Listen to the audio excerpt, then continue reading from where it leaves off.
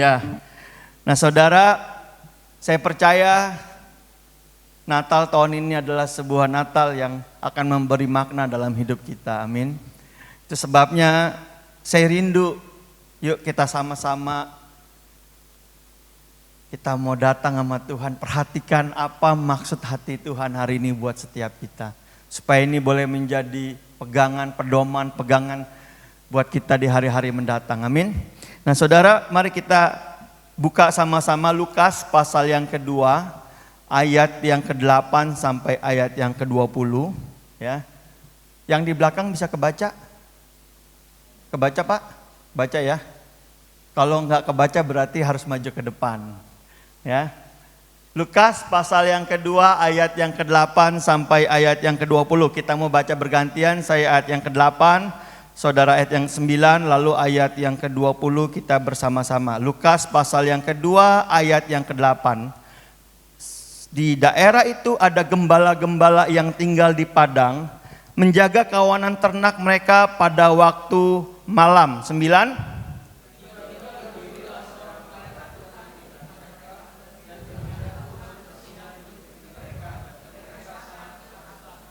Lalu kata malaikat itu kepada mereka, "Jangan takut, sebab sesungguhnya aku memberitakan kepadamu kesukaan besar untuk seluruh bangsa." 11.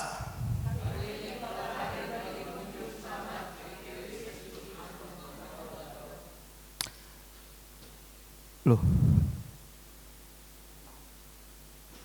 Ayat 12. Dan inilah tandanya bagimu, kamu akan menjumpai seorang bayi dibungkus dengan lampin dan terbaring di dalam palungan. 13.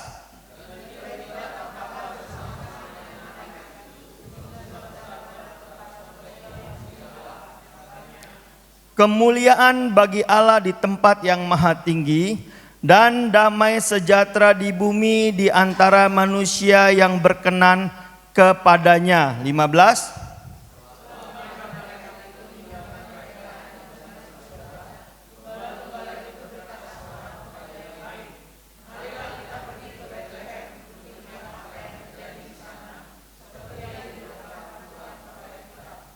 Lalu mereka cepat-cepat berangkat dan menjumpai Maria dan Yusuf dan bayi itu yang sedang berbaring di dalam palungan. 17.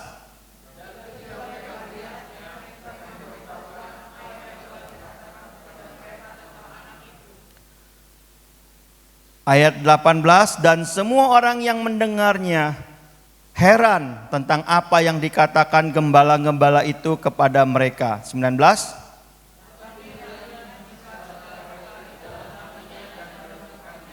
Mari kita katakan bersama-sama.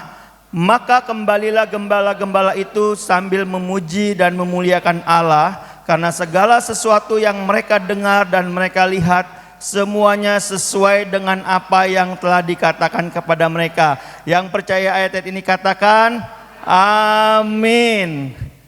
Saudara, waktu saya baca, waktu saya renungkan ayat ini, waktu saya persiapin hati saya untuk bawain firman hari ini, saudara, saya sungguh saya sungguh bersuka cita karena saya percaya ada hal-hal yang Tuhan mau singkapkan dalam hidup kita pagi ini. Amin.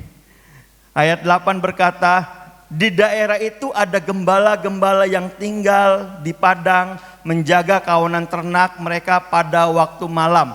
Saudara, di sini ada yang pernah tahu tentang gembala dan domba-domba? Saya nggak pernah jadi gembala, saudara. Maksudnya ngangon kambing, domba gitu ya. Tapi ini yang saya tahu. Setahu saya kalau malam domba-domba itu dimasukin ke kandang. Setuju ya? Saya tinggal kebetulan dulu di sebuah desa namanya Simpang Sender. Wah, pokoknya kalau di peta nggak kelihatan lah, kecil banget. Ya, itu perbatasan antara Lampung dan Palembang. Udik katanya, dusun. Nah, karena dusun di situ banyak yang miara kambing domba, saudara. Dan kebetulan mayoritas adalah saudara-saudara kita dari Muslim. Jadi mereka berternak kambing domba selain bertanam kopi, ya, penghasil kopi. Nah, sepanjang saya kecil sampai besar, jadi saya familiar tuh sama kambing domba. Ya, Dan tidak pernah saya melihat ada yang sampai ngurusin kambing, domba sampai malam. Setuju ya? Kambingnya dilepas, tapi kalau malam dimasukin ke kandang. Ya, besoknya dilepas, kadang-kadang cari makanan sendiri. Ya, cari makanan sendiri, nanti kalau malam dia bisa pulang, ya dicari sama yang punya kambing domba, dibawa masuk ke kandang. Kandangnya biasanya dibuat dari kayu-kayu, lalu dikasih bambu, ya dipantek, dikasih jarak mungkin sejengkal supaya nggak bisa keluar dan aman, saudara.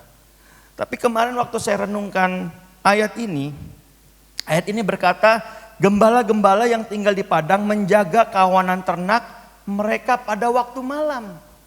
Jadi agak spesial, agak khusus di padang Efrata, gembala-gembalanya jaga bukan cuma dari pagi sampai sore, tapi malam. Mungkin shift-shiftan, saudara. Nah, saya sempat bertanya dan coba cari tahu kenapa, saudara. Ternyata domba-domba di Efrata adalah domba-domba yang istimewa, saudara. Ternyata domba-domba di Efrata adalah domba-domba yang dikhususkan, yang dipilih untuk dipersembahkan buat perayaan-perayaan besar yang akan diadakan di Yerusalem. Misalnya hari perayaan Paskah, mereka kan potong anak domba dan anak dombanya harus mulus, tidak bercacat. Bahkan ada yang lebih tinggi lagi, harus anak sulung. Jadi waktu dombanya hamil, saudara, ya begitu udah waktunya melahirkan, ditungguin, saudara. Begitu lahir, anak pertama langsung diambil. Langsung sama gembalanya dilap, dibersihin karena ada darah, ada cairan, dilap, dibersihin pakai sebuah kain. Dan anak domba ini, saudara, yang pertama ini, mereka khususkan, ditaruh di sebuah palungan. Supaya apa? Supaya nggak bigret, supaya nggak cacat, supaya nggak lecet, supaya bagus, dikhususkan. Dan karena dikhususkan, dijaga secara khusus. Supaya nggak cacat. Kenapa? Karena sangat berharga. Mungkin juga dijual dengan harga tinggi, mungkin juga ini adalah domba pilihan untuk para imam-imam mempersembahkan korban. Jadi Lukas 2 ayat 8 bukan cuma sekedar hanya kasih tahu, tapi ada latar belakang yang budaya, saudara, hari itu. Jadi gembala-gembala ini bela-belain. Mungkin shift-shiftan, jaga domba itu sungguh-sungguh. Kenapa? Domba istimewa. Nah, lalu saya coba bayangin dari hari ke hari, dari waktu ke waktu mereka jaga domba-domba ini, tiba-tiba satu malam, saya nggak tahu malamnya jam berapa, tiba-tiba berdiri seorang malaikat Tuhan dekat mereka. Kaget, saudara. Biasa kalau malaikat itu ketemunya raja mungkin ya, mereka kalau baca Alkitab, kitab-kitab perjanjian lama, malaikat bertemu dengan nabi, tapi hari itu malaikat bertemu dengan gembala dan malaikat itu berkata, jangan takut. Kenapa? Karena mereka ketakutan, kaget, syok. Jangan takut sebab sesungguhnya aku memberitakan kepadamu kesukaan besar untuk seluruh bangsa. Ya, joy to the nation, saudara. Kesukaan yang besar untuk seluruh bangsa, kesukaan yang besar untuk seluruh dunia. Ada satu berita yang luar biasa. Apa? Hari ini telah lahir bagimu Juru Selamat, yaitu Kristus di kota Daud. Amin, saudara. Kenapa ini jadi begitu berita begitu besar? Karena bangsa Israel tahu tidak ada pengampunan dosa kecuali ada darah yang ditumpahkan, saudara. Makanya setiap tahun mereka harus potong domba. Ya ingat saudara-saudara sepupu kita ya, dia harus potong domba, ingat memperingati. Dan gembala-gembala ini paham banget karena ini pekerjaan mereka, saudara. Tapi hari itu malaikat berkata, joy to the world. Kenapa? Karena hari ini telah lahir Juru Selamat di kota Daud. Namanya Yesus Kristus Tuhan. Dan inilah tandanya bagimu. Kamu akan menjumpai seorang bayi dibungkus dengan lampin dan terbaring dalam palungan. What? Buat mereka saudara, nggak mungkin. Kenapa? Karena mereka tahu bahwa lampin adalah kain yang paling rendah kualitasnya. Karena mereka pakai setiap waktu kalau ada domba lahir, mereka akan ambil kain lampin dan mereka harus lap. Mereka harus bersihkan dan habis itu kain lampinnya dibuang jadi sampah saudara. Udah gak kepake. Lalu mereka ambil kain lampin yang baru, mereka balut domba itu untuk mereka taruh pelan-pelan di palungan supaya apa? Supaya dombanya nyaman, ada hangat, ada rasa empuk. Dan habis itu kain lampin ini dibuang. Tapi hari itu malaikat berkata, kamu akan menjumpai seorang bayi dibungkus kain lampin dan ada dalam palungan.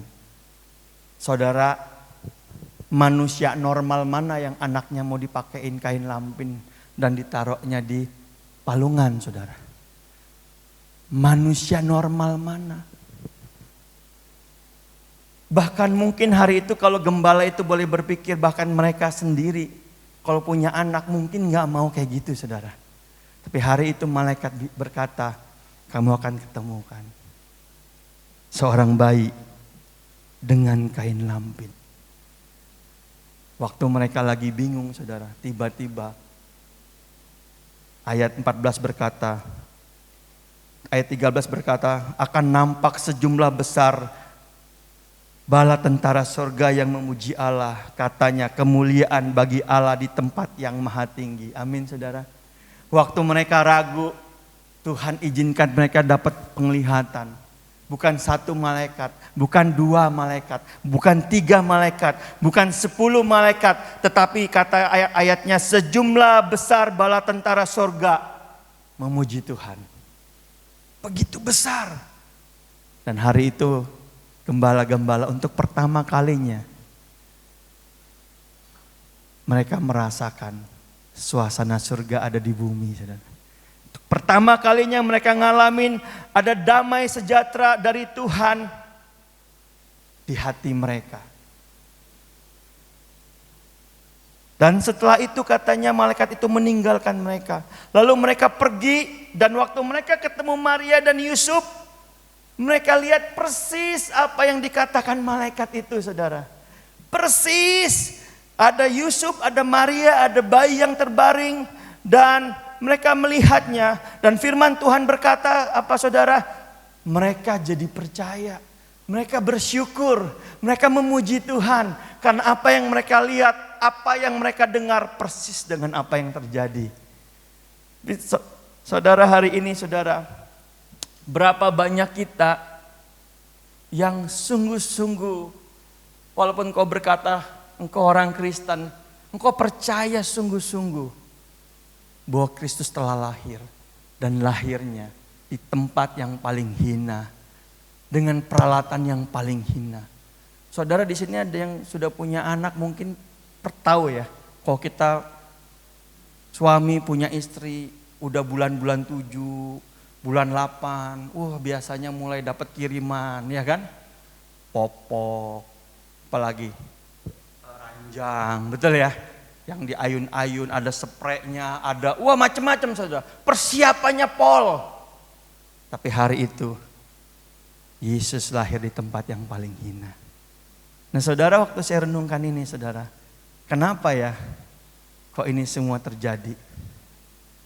Karena Yesus sedang mau menggambarkan, Tuhan sedang mau menggambarkan, Dia mau lahir di hati kita yang paling kotor saudara. Saudara tahukah saudara, waktu manusia jatuh dalam dosa, manusia kehilangan kemuliaan Allah. Segala sesuatu yang ada di hati kita adalah kotor saudara. Amin. Markus 7 ayat 21-23 berkata gini, sebab dari dalam hati manusia timbul segala yang jahat. Hati kita kotor. Hati kita sungguh seperti kandang domba yang kotor itu. Tapi ini adalah kabar kesukaan, Yesus mau lahir di hatimu saudara. Yesus mau ada di dalam hatimu. Apapun kondisinya saudara. Nah ayat berikutnya saudara berkata gini. Kemuliaan bagi Allah di tempat yang maha tinggi dan damai sejahtera di bumi di antara manusia yang berkenan kepadanya. Ternyata untuk menerima damai sejahtera dari Tuhan, enggak semua orang bisa terima. Atau lebih tepatnya, enggak semua orang mau terima. Hanya orang-orang tertentu yang bisa nerima dan orang-orang tertentu yang mau terima, saudara. Amin. Nah, orang-orang itu siapa katanya? Orang-orang yang berkenan kepadanya. Makanya saudara, ada orang ngalamin banyak hal, enggak ngerti-ngerti, enggak terima-terima. Pertanyaannya saudara, hari ini udah betul-betul terima enggak saudara? Nah, gimana caranya berkenan saudara? Amin. Siapa itu orang yang berkenan? Nih saudara, ayat berikutnya berkata, pada waktu itu juga bergembiralah Yesus dalam Roh Kudus dan berkata, aku bersyukur kepadamu Tuhan langit dan bumi, karena semuanya itu, apa katanya?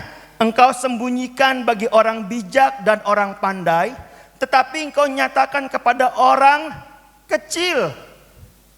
Ya Bapa, itulah yang berkenan kepadamu.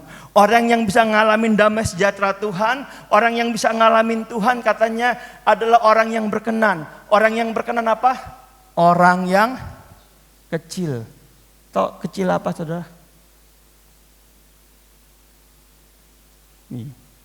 Kecil itu bukan berarti kecil. Ya, mamanya udah celek-celek aja ya. Oh, berarti yang kecil kayak Gaby yang berkenan. Bukan. Kecil itu adalah sebuah perasaan di hidup kita. Yang merasa gini, kita gak bisa apa-apa tanpa Tuhan. Amin. Kita gak mampu buat apa-apa tanpa Tuhan. Waktu saudara ngerasa seperti itu, saudara gak sanggup apa-apa lagi, di situ Tuhan akan datang dalam hidupmu saudara. Hari ini saudara, apa yang ada dalam hatimu, perasaan apa saudara? Satu kali saya pernah berenang saudara di sebuah pantai. Dreamland kalau saudara pernah pergi. Itu pantai ombaknya gede saudara. Ya, orang pakai selancar, kita mah pakai itu.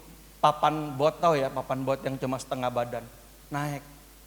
Karena ombaknya gede, makin sore, makin malam, bukan makin ke tengah, bukan makin ke pinggir, kita makin ketarik ombak. Udah berenang saudara ya. Tapi udah maju 2 meter kena ombak, turun lagi 4 meter. Berenang makin lama makin jauh sampai sore. Kelihatan cuma lampu-lampu dari jauh saudara. Saya udah takut banget. Hari itu saya ngerasa kecil, gak berdaya. Saya teriak, help, help. Karena kan pada bule-bule yang nongkrong di situ. Help, kagak ada yang noleh saudara. Kagak ada, dipikir saya bercanda. Sampai saya teriak, lalu ada turis Jepang berenang. Wah kan mereka jago berenang. Saya bilang help, help. Cuma ngeliat saya senyum. Sangken bercanda, dia gak tahu kaki udah kram, udah mau mati rasanya. Help, terus saya doa, aduh Tuhan. Masa hamba Tuhan mati gara-gara main ombak, gak keren banget. Ya saya berdoa, Tuhan tolong. Tiba-tiba saudaraku, ada ombak. Pas saya berdua sama teman saya, ada ombak. Teman saya bilang, nah ombak, siap.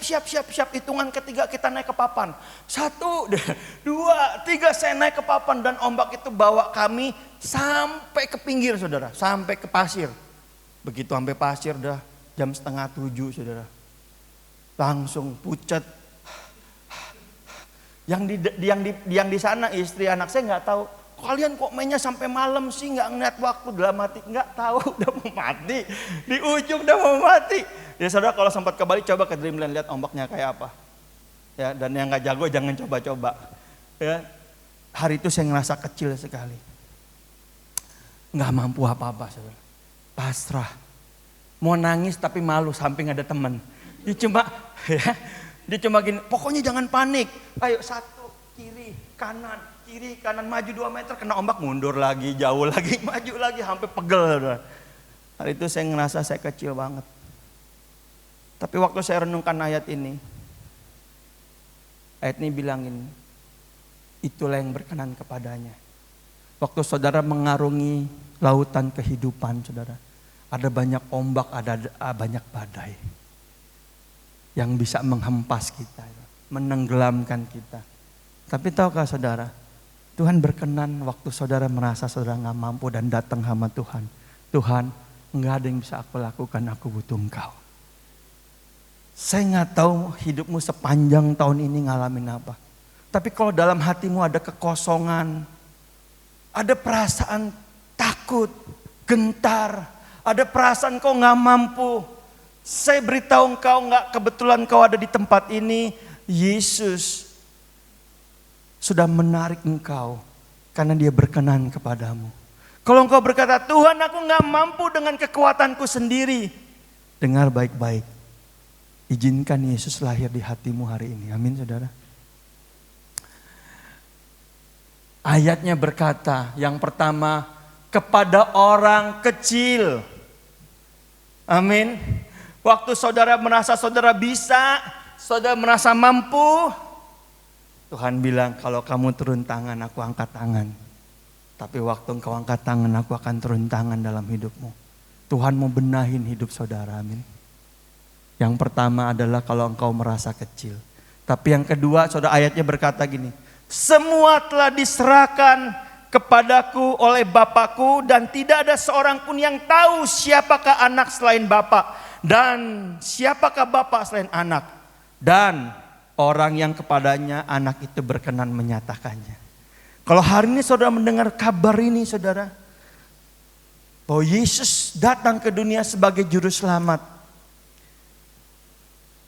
saudara percaya kepada berita ini, sungguh percaya, berarti Tuhan berkenan menyatakan pribadinya.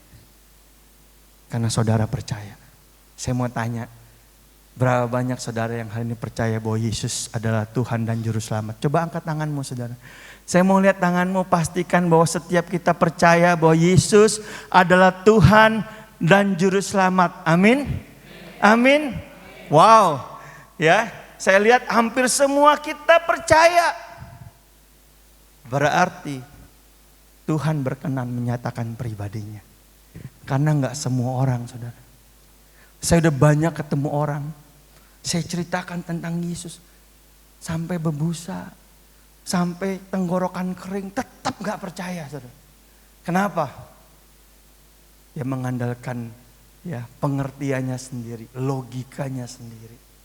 Padahal Tuhan nggak bisa diselami dengan pikiran kita. Terlalu besar, terlalu rumit, kita nggak mampu menggapai Tuhan. Amin. Yang kita bisa adalah datang sama Tuhan dan katakan, Tuhan, aku nggak mampu tanpa Tuhan. Aku butuh Tuhan. Ada orang pikir saudara, hatinya kosong.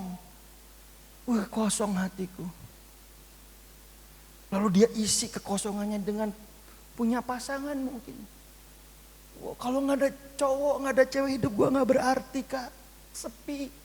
Dia cari, dia gonta-ganti, kosongnya nggak pernah hilang. Kenapa? Karena kekosongan di hatimu hanya bisa diisi oleh Kristus, nggak bisa yang lain.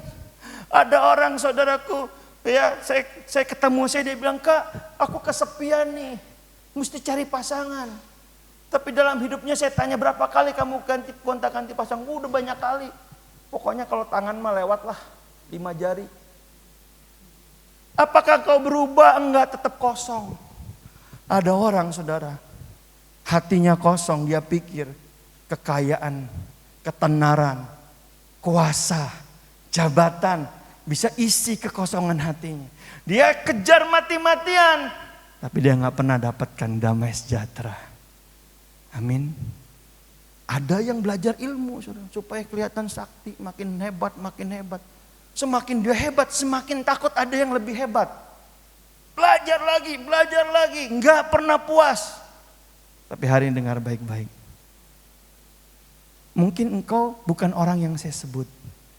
Tapi ada satu kekosongan di hatimu, engkau butuh Yesus dalam hidupmu. Kau merasa kecil. Kau butuh Tuhan yang besar untuk menopang kau, amin. Mari datang sama Tuhan saudara. Ayat Yohanes 16 ayat 33 berkata, aku telah mengatakan hal-hal ini kepadamu, supaya kamu beroleh damai sejahtera di dalam aku. Di dalam dunia ini kamu telah mengalami kesukaran, tetapi teguhkanlah hatimu, karena aku telah mengalahkan dunia, amin. Amin. Banyak kita yang mungkin ngomongin, aku udah jadi Kristen tapi kok masalah banyak banget. Aku udah jadi Kristen tapi kok gak beda, orang dunia malah lebih baik. Betul mungkin saudara. Tapi tahukah engkau, damai sejahtera yang Kristus beri dalam hatimu beda dari damai sejahtera yang dari dunia ini saudara. Damai sejahtera yang Yesus berikan tinggal tetap dalam hatimu. Dia tahu bahwa engkau akan mengalami banyak masalah. Ayatnya bilang begitu. Tapi dia berkata, tenangkan hatimu, jangan takut. Aku telah mengalahkannya. Yesus sudah kalahin semuanya. Saudara mau bilang apa? Hidup gue menderita. Hidup aku penuh dengan kemiskinan. Kurang miskin apa Yesus? Dan dia bisa lewati. Saudara bilang, hidup saya penuh luka kak. Saya disakitin, saya dilukain. Aduh banyak trauma. Saya ditinggalin sama orang-orang yang saya kasih. Yesus kurang ditinggalin apa saudara? Bahkan sama murid-muridnya yang dia kasih dia ditinggalin. Saudara mau bilang saudara, Tuhan aku banyak ngalamin Tuhan pergumulan. Yesus kurang pergumulan apa? Dan dari semuanya itu dia telah mengalahkannya. Dan dia ada di mana sekarang? Ada dalam hatimu.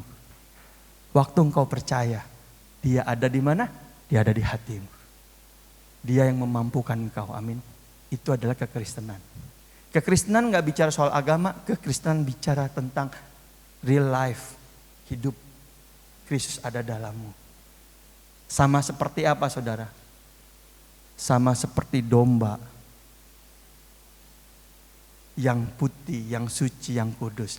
Ditutup dengan lampin, kain lampin. Demikian hidup kita. Ini saudara, mungkin hanya kain, hanya pembungkus. Ini mungkin gak ada apa-apanya. Tapi di dalam yang gak ada apa-apa ini, ada Allah yang berharga, yang diam di dalamnya. Amin saudara. Saudara semua sudah percaya sama Yesus hari ini? Amin. Saudara percaya bahwa keselamatan dan sukacita dan damai sejahtera ada dalam hidupmu? Amin. Nah, saya mau ajak kita lihat poin yang berikutnya saudara. Yesus bukan cuma mau tinggal di dalammu. Yesus mau pakai engkau, amin. Sama seperti 2000 tahun yang lalu Yesus memakai sebuah keluarga kecil. Tuhan memakai sebuah keluarga kecil. Saya mau beritahu, Tuhan mau pakai keluargamu. Bukan cuma engkau, keluargamu. Amin. Coba bilang kanan kiri, Tuhan mau pakai keluarga kita. Bilang saudara. Amin. Tapi beberapa kita udah bahas bahwa Tuhan mencari orang yang bersungguh hati, amin. Tuhan cari orang yang sungguh-sungguh. Tuhan cari orang yang punya kualitas, amin. Amin saudara, dan waktu Kristus ada di dalam saudara, saudara punya kualitas. Saudara harus menyadari identitas saudara sebagai anak-anak Allah, amin. Nah saudaraku, Lukas 1 ayat 26 sampai 38 nanti saudara baca di rumah satu kali saudara. Maria saya tidak tahu sedang beraktivitas apa, tapi tiba-tiba dia didatangi oleh malaikat. Bayangin saudara, seorang perawan muda ketemu malaikat. Dengan cahaya, dengan kemilau. Dan dia berkata, salam Maria. Saya bayangin Maria kaget. Kaget. Ada apa? Jangan takut, kata sang malaikat. Engkau adalah orang yang mendapat kasih karunia di hadapan Allah. Sebab engkau akan hamil dan melahirkan seorang anak. Anak ini adalah anak kudus, disebut anak Allah. Dia akan menyelamatkan bangsa Israel dan dunia dari dosa. Saudara, saya gak kebayang kalau kita yang jadi Maria kira-kira apa yang kita bayangin saudara. Ya, saya coba baca berkali-kali. Maria sempat bertanya, bagaimana mungkin? Aku kan masih perawan, aku belum menikah, bagaimana mungkin? Malaikat jelasin gak ada yang mustahil bagi Tuhan. Bahkan Elizabeth, saudaramu, dia sudah hamil 6 bulan. Gak ada yang mustahil. Lalu Maria berkata, sesungguhnya aku ini adalah hamba Allah. Jadilah menurut kehendakmu. Nah saudara, dari cerita ini saudara, saya mau saudara tangkap ini saudara, buat hal-hal ke depan yang Tuhan akan lakukan dan kerjakan di tengah-tengah kita.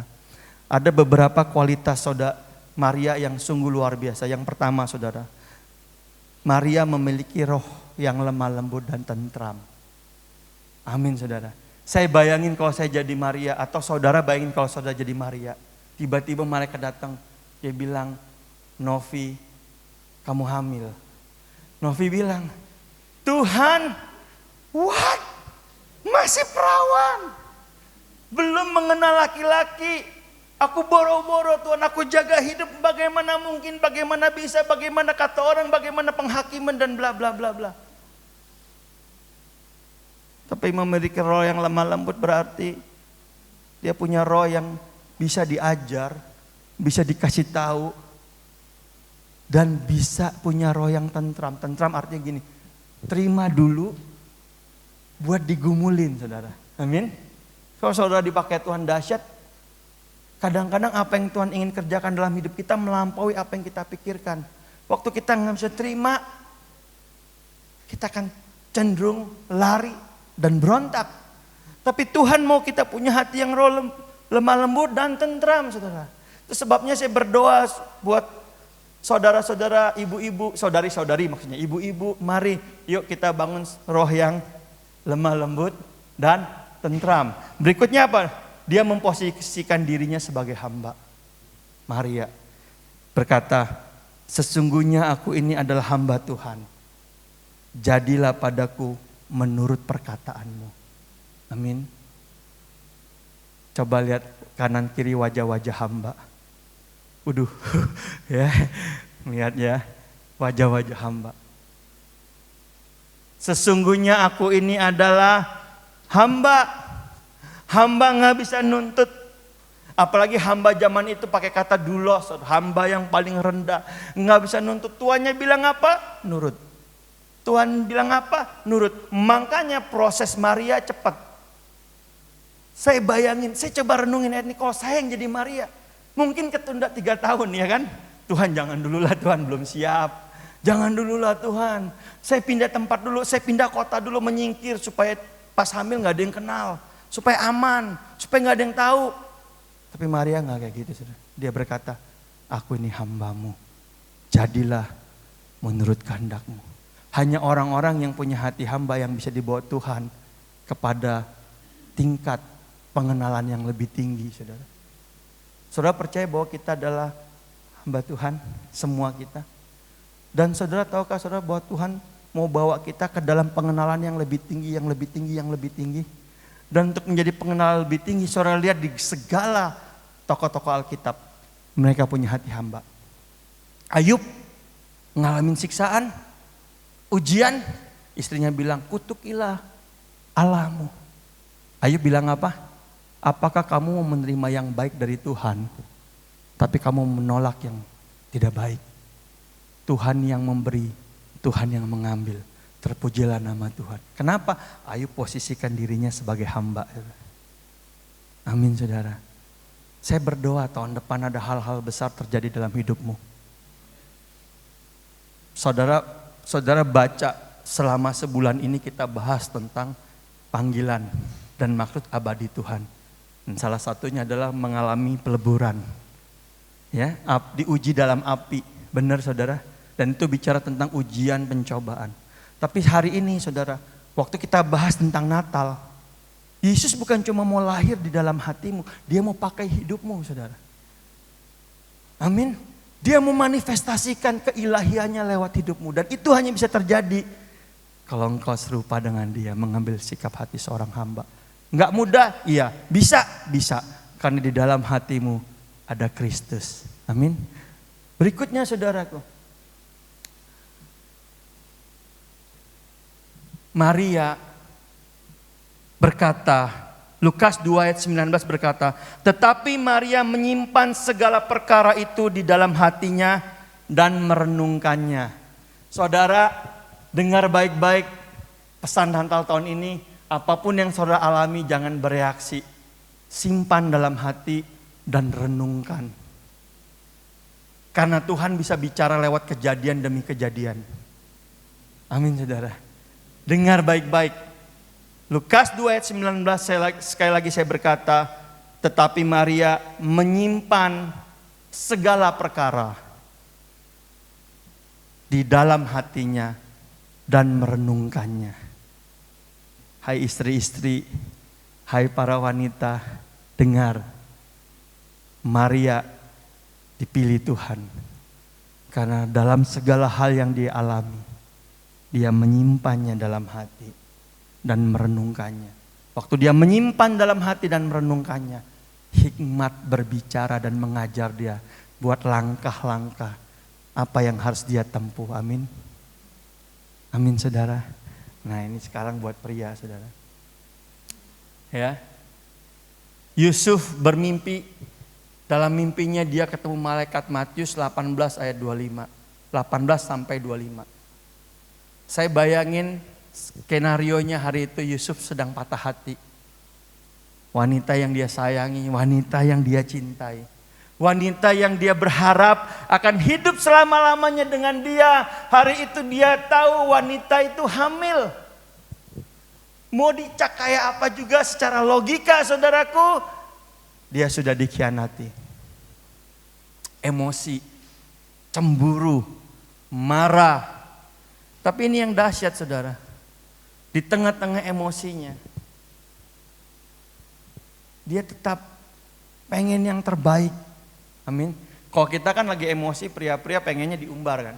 Diumbar, kita tunjukin gitu, emosi. Tapi Yusuf saudara ada satu kualitas, dia tetap pengen, rindu hidup dalam kebenaran. Dia tetap mau jaga. Waktu dia lagi bergumul, tiba-tiba dia dikasih mimpi sama malaikat. Malaikat berkata, jangan takut Yusuf, sebab anak yang dikandung oleh Maria adalah dari Roh Kudus. Engkau akan menamai dia Yesus Kristus. Ambil dia, nikahi. Lalu Yusuf terbangun dan melakukan apa yang malaikat itu beritahu dalam mimpi. Saudara, pria-pria, suami-suami, Tuhan mau pakai engkau luar biasa tahun depan. Dari antara semuanya saudara, ini pesan Tuhan. Yang pertama, kenapa Yusuf dipakai Tuhan dahsyat? Yang pertama katanya dia tulus hati. Bukan bulus hati, tulus hati, amin. Kadang-kadang kita pria kalau ngelihat, ya ini buat yang belum menikah, tapi mungkin yang menikah juga sama. Ngelihat lawan jenis, begitu lihat, wah bisa nih, kenalan, ya motivasinya udah nggak murni. Sejauh kita nggak murni, kita susah dapetin yang terbaik, amin. Untuk yang murni, mau dapet yang terbaik, mari murni, bergaul aja, murni. Ya, ayatnya bilang gini, saudara, Yusuf seorang yang tulus hati. Bukan cuma tulus hati, ayatnya bilang dia tidak mau mencemarkan nama istrinya. Dia jaga istrinya, saudara, amin. Paulus berkata apa, saudara? Hendaklah kita menjaganya sama seperti tubuh kita sendiri. Kalau pasangan kita sakit, kita juga sakit. Amin. Pasangan kita nggak enak, kita juga nggak enak. Pasangan kita cemar, kita juga cemar. Dan Yusuf, saudara, dia menjaga pasangan. Dia menjaga. Dia pengen tetap melepaskan, tapi nggak mau mencemarkan namanya. Dia jaga. Saudara pria-pria, mari kita bangun karakter tulus hati dan menjaga pasangan kita. Amin pria-pria. Aminnya kurang mantap. Berat banget ya kayaknya. Ya. Berikutnya, taat. Waktu malaikat berkata, kasih mimpi, walau cuma mimpi. Ayat ini berkata, Yusuf berbuat seperti yang diperintahkan malaikat Tuhan itu kepadanya. Ia ambil Maria sebagai istrinya. Taat. Mari pria-pria kita taat. Saya bayangin kalau jadi Yusuf ya logika, wah sudah nggak ori. Wah, sudah cemar. Wah, tapi waktu Tuhan berkata lewat mimpi, Yusuf taat. Saudara, saya mau berdoa buat para pria, para suami. Mari hati kita boleh digerakkan oleh Tuhan. Dan waktu Tuhan bicara dalam hidup kita, mari kita punya hati yang taat. Saudara mau lihat janji Tuhan digenapi dalam keluarga saudara? Saudara harus punya ketaatan. Amin saudara. Enggak cuma taat saudara. Matius 1 ayat 25 berkata, tetapi dia tidak bersetubuh dengan dia sampai ia melahirkan anaknya laki-laki dan Yusuf menamakan dia Yesus. Saudara, maukah kita jaga hidup kita kudus di hadapan Tuhan? Ada begitu banyak anak-anak muda belum sampai ke pernikahan, hidupnya hancur. Padahal yang udah menikah aja saudara, setahun, 2 tahun, 10 tahun, niat pasangan udah kayak biasa aja. Tapi yang baru pacaran saudara, rugi pak, mesti dicoba, dites. Kalau nggak cocok 30 hari uang kembali, dikira barang MLM, 30 hari uang kembali. Ada banyak pasangan-pasangan muda hidupnya hancur karena mereka nggak jaga sampai akhir saudara. Hancur hanya untuk kenikmatan sesaat, dampaknya bisa tahunan dalam hidupnya saudara. Itu sebabnya saudara, hari-hari ini ada anak-anak muda di tengah-tengah kita, saya mau ngomong gini, yuk jaga hidupmu yuk. Sampai rencana Tuhan digenapi. Saudara tahu, kalau saudara ketemu pasangan, bisa serius, pasti ada maksud Tuhan, amin. Karena pernikahan itu adalah inisiatif Tuhan. Tuhan taruh di hati kita. Kenapa Tuhan ketemuin dengan pasangan-pasangan yang tertentu? Misalnya saya ketemu sama istri saya ya kan. Kenapa? Pasti ada rencana Tuhan. Kenapa saudara ketemu pasangan yang seperti itu dalam hidupmu? Ada maksud Tuhan. Itu sebabnya kalau engkau masih dalam bangun hubungan, saudara belum menikah, percayalah bahwa kalau kau mengasihi dia, percayalah waktu engkau menyatu dengan dia dalam sebuah pernikahan kudus, ada rencana Tuhan. Makanya dijaga saudara. Amin saudara. Amin yang masih single. Berat ya aminnya ya. Nggak bisa gitu kak, itu mah zaman kolonial. Kalau zaman milenial mah beda. Coba dulu baru beli. Barang aja dicoba dulu baru beli. Enggak saudara. Yusuf, saya belajar Yusuf. Waktu Tuhan suruh ambil sah nih sebagai suami istri. Dia jaga rencana Tuhan sampai ngelahirin. Supaya apa? Rencana Tuhan gak gagal. Saya tahu sharing ini agak berat, tapi saya mau sampaikan buat saudara yang masih muda. Jaga betul-betul. Karena kalau saudara gak jaga, mengulihinnya gak cukup sehari 2 hari, bisa tahunan saudara. Bisa tahunan. Itu sebabnya Tuhan ingin kau hidup dalam kekudusan, amin. Jaga. Tapi bukan cuma buat yang single. Buat kita yang udah menikah saudara. Yuk kita jaga hidup kita yuk. Kita jaga betul-betul supaya apa? Supaya bukan cuma kita yang ngalamin kemenangan. Tapi anak-anak kita ngelihat papa mamanya hidup dalam kemenangan. Papa mamanya gak hidup dalam perceraian. Papa mamanya gak hidup dalam perselingkuhan. Papa mamanya gak punya drama-drama saudara yang bikin, ya ampun orang tua gue gini. Tapi mereka belajar takut akan Tuhan dari orang tuanya. Mereka mau punya pasangan, mereka bilang gini, enggak. Aku mau cari yang kayak papa. Kenapa? Karena papa sangat mengasihi mama. Dia mau cari istri, aku mau cari istri yang seperti mama. Sangat mengasihi papa, menghormati papa. Saudara, keluarga, anak yang Tuhan beri adalah titipan. Supaya dia menjadi anak-anak yang ilahi, amin. Nah tahun depan saudara, saya berdoa untuk kita lebih banyak lagi belajar tentang keluarga ilahi. Saya berdoa saudara, supaya anak-anak muda di tengah-tengah kita, maupun kita yang sudah menikah, kita ngalamin kemenangan bersama Kristus, amin. 2 ini saudara, Hari ini pesan Yesus bukan cuma dia mau lahir di hati kita, tapi Tuhan ngajarin kita untuk mengambil kualitas karakter Yusuf dan Maria, supaya tahun depan kita membangun keluarga ilahi yang kuat. Amin saudara. Badai boleh silih berganti, ombak boleh besar dalam kehidupan kita, tapi waktu kita bergandengan tangan saudara, kita akan kuat. Kenapa? 2-3 orang berkumpul, Allah hadir. Amin. 2-3 orang berkumpul, istri suami berkumpul dan sepakat, apa yang mereka minta, Allah akan dengar. Apa yang mereka minta, Allah lakukan, saudara. Amin. Nah, yang terakhir, saudara.